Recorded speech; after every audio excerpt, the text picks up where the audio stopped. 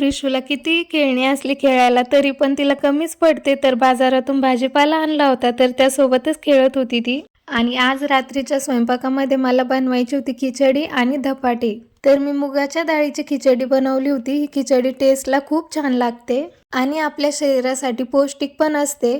तर मी अगोदर एका साईडला खिचडीचं कुकर लावला आणि त्यानंतर मग धपाट्याचा मसाला वगैरे काढून घेतला. म्हटलं तोपर्यंत खिचडी पण शिजते आणि इकडे आपलं पीठ मळून पण होतं. तर मी मेथीच्या भाजीचे धपाटे बनवणार होते, तर एका साईडला मी पीठ मळलं तोपर्यंत इकडे खिचडी पण एकदम छान शिजली होती. त्यानंतर मग खिचडी सोबत तोंडी लावायला तर काहीतरी लागतंच, त्यामुळे मग मी इथे मस्त पापड भाजून घेतले.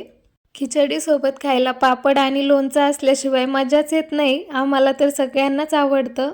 आणि मी त्यानंतर लगेच धपाटे बनवायला लागले. तर सर्व पिठं मिळून मी हे धपाटे बनवले होते. ज्वारीचं, बाजरीचं, गव्हाचं आणि डाळी, आणि वरतून भरपूर सारी मेथीची भाजी टाकली होती मी, कारण थंडीमध्ये मेथीची भाजी शरीरासाठी चांगली असते. तरी ते मी मस्तपैकी धपाटे बनवले. त्यानंतर आम्ही सगळ्यांनी जेवण केलं. तर आजचा व्लॉग इथेच थांबूया. भेटूया नेक्स्ट व्लॉगमध्ये.